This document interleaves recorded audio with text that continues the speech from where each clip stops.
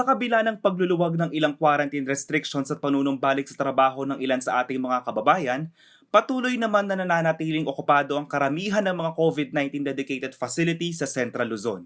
Sa datos ng Department of Health as of May 29, 2021, 68.38% o 304 out of 458 intensive care unit o ICU beds ang okupado.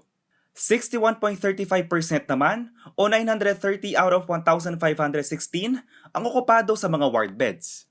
46.67% o 1,128 naman sa 2,417 na isolation beds ang okupado rin sa kasalukuyan. Habang 143 sa 340 mechanical ventilators ang nagagamit sa buong rehiyon. Samantala, naitala sa 6,975 ang bilang ng aktibong kaso ng COVID-19 sa Central Luzon.